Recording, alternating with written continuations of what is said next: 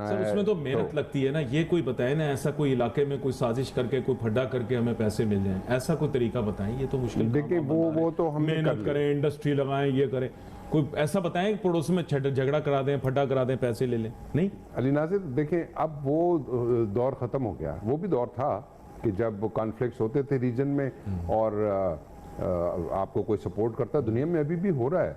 पूरा यूरोप, पूरा अमेरिकन जो है वो यूक्रेन को टैंक भी दे रहे हैं, पैसे भी दे रहे हैं। और जय हिंद दोस्तों, मैं महेंद्र शर्मा स्वागत करता हूं वन वर्ल्ड हिंदी में आपका। उम्मीद करता हूं आप खुश और स्वस्थ हैं। दोस्तों आइए दिखाते हैं पाक मीडिया की एक और लेटेस्ट डिबेट, जिसमें कैसे डिस्कशन किया जा रहा है कि पाकिस्तान की इकोनॉमी लगभग तबाह हो चुकी है।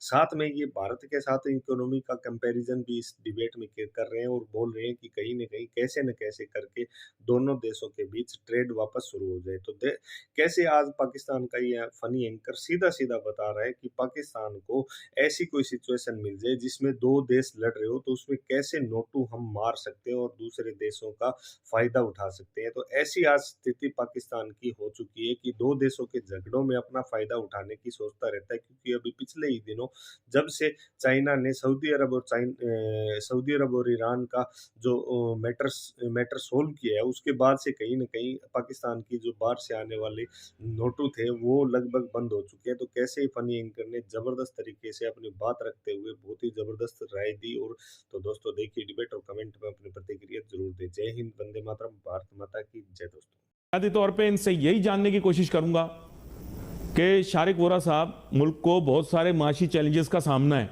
IMF के साथ डील भी नहीं बन रही, इंटरेस्ट रेट बढ़ रहा है, डॉलर महंगा, कारोबार क्या करेंगे आप मुझे ये बता दें, मैं समझना चाह रहा हूं आपसे जी।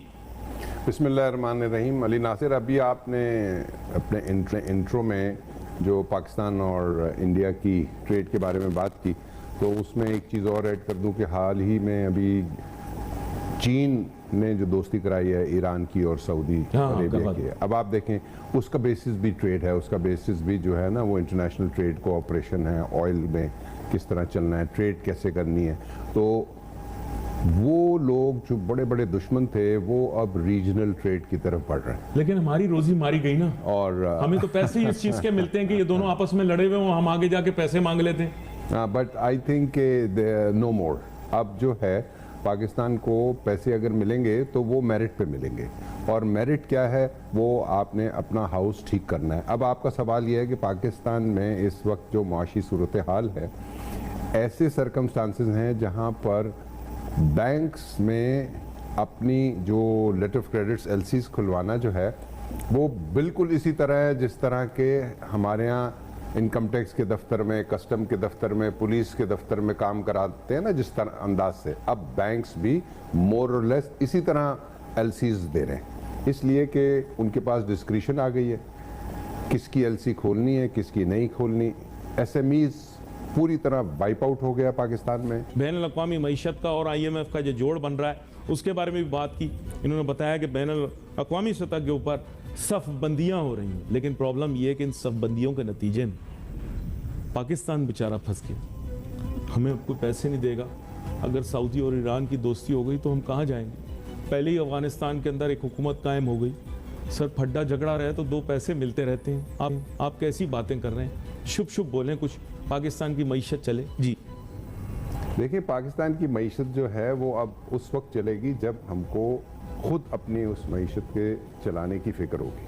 अगर हम ये समझें कि अब बेचारा पाकिस्तान, बेचारे गरीब 22 करोड़ लोग और अमेरिका का साथ दे रहे हैं और चाइना का साथ दे रहे हैं और ईस्टर्न बॉर्डर और वेस्टर्न बॉर्डर मांगे तांगे पे गुजारा हो, और यहाँ से पैसे मिल जाएंगे और वहाँ से पैसे मिल जाएंगे। देखिए, दुनिया में अलायंसेस जो हैं वो स्ट्रेटेजिक हो गए हैं, वो उनकी जो अब ज़रूरतें हैं वो डिफरेंट हैं। अलायंस तो दुनिया में बनते रहेंगे, जियोपॉलिटिकल सिचुएशन जो है वो तब्दील होती रहती है, लेकिन आज की दुनिया में जियोपॉलिटिकल पोजीशनिंग और सिचुएशंस जो हैं उसका सारा दारोमदार जो है वो आपकी इकोनॉमिक स्ट्रेंथ से है। क्या पाकिस्तान किसी भी मुल्क के लिए किसी भी तरह कोई मंडी है? आपकी टोटल इंपोर्ट्स $80 बिलियन की, उसमें भी 50% जो है फ्यूल है और फूड है। तो बाकी जो 40 बिलियन डॉलर की जो आपकी 22 करोड़ की इंपोर्ट की इकोनॉमी है, it is peanuts. 40 billion dollar तो अमेरिका में बर्गर बेचने वाली कंपनियां जो हैं वो बिजनेस करती हैं। तो इसी तरह आपकी एक्सपोर्ट है which is hardly 30 billion dollars, mostly textiles. और टेक्सटाइल्स भी आपको पता है कि लो लेबल्स जो हैं वो, जहाँ कमोडिटी टेक्सटाइल्स है, टावल है या आपके बेडवेयर्स हैं, हमारी वैल्यू एडिशन नहीं हुई। तो दुनिया को पाकिस्तान की एक्सपोर्ट पर भी कोई डिपेंडेंट नहीं है। अवर मार्केट्स ऑफ यूरोप और US are not dependent on our textiles. ये तो हमारे टेक्सटाइल वालों की हिम्मत है कि वो फिर ना कुछ करके एक्सपोर्ट कर देते हैं। तो अगर आप दुनिया के लिए मंडी नहीं है, अगर आपके पास कोई ऐसी प्रोडक्ट्स नहीं है जिन पर दुनिया डिपेंडेंट है, तो वाई जियोपॉलिटिकल सिचुएशन में, या जिस तरह आपने कहा कि सब बंदियां हो रही हैं, कोई आपको सपोर्ट करेगा? क्यों करेगा? ना ही आपके पास ऑयल है, ना ही आपने कभी अपने मिनरल्स को अपने लिए उस किस्म का हथियार बनाया है। उसमें तो मेहनत लगती है ना। ये कोई बताए ना, ऐसा कोई इलाके में कोई साजिश करके, कोई फड्डा करके हमें पैसे मिल जाएं, ऐसा कोई तरीका बताएं। ये तो मुश्किल। देखिए वो तो हम मेहनत करें, इंडस्ट्री लगाएं, ये करें, कोई ऐसा बताएं कि पड़ोस में झगड़ा करा दें, फड्डा करा दें, पैसे ले लें। नहीं अली नासिर, देखें अब वो दौर ख़त्म हो गया। वो भी दौर था कि जब कॉन्फ्लिक्ट्स होते थे रीजन में और आपको कोई सपोर्ट करता। दुनिया में अभी भी हो रहा है। पूरा यूरोप, पूरा अमेरिकन जो है वो यूक्रेन को टैंक भी दे रहे हैं, पैसे भी दे रहे हैं, और रशिया को आहिस्ता आहिस्ता इस पोजीशन पर ले आए हैं कि वो ब्लीड करना शुरू हो गया है, according to my study. But point ये है कि वो यूक्रेन है, वो मज़हब भी उनका है, वो लोग भी उनके हैं, वो रंग भी उनका है, वो नस्ल भी उनकी है। हम as a very very poor struggling country, हमको तो अब अपनी सफ़ें खुद दुरुस्त करनी है। कैसे दुरुस्त होंगी सर? बैनुल अक़वामी क्या पता होगा? हमारे कराची के लोगों को देख लें तो इनको यही बस पता है अंचोली कहाँ है, लोलू खेत कहाँ है, गोली मार कहाँ है, टीन हट्टी कहाँ है। इसके आगे सोचते ही नहीं है। आप मुझे सच बताएं कि अगर नक्शे में मैं अभी किसी पाकिस्तानी के सामने रख दूं, ये यूक्रेन के बारे में बता, आपको पता है यूक्रेन जो है one of the biggest countries in Europe है, पता है आपको? हमारे लोगों को नक्शे में अगर कोई यूक्रेन बता दे, मैं मान जाऊं। आपकी बात दुरुस्त है, लेकिन मैं अली नासिर, ये चिंटू से पूछा, कह रहा है हैदराबाद से आगे।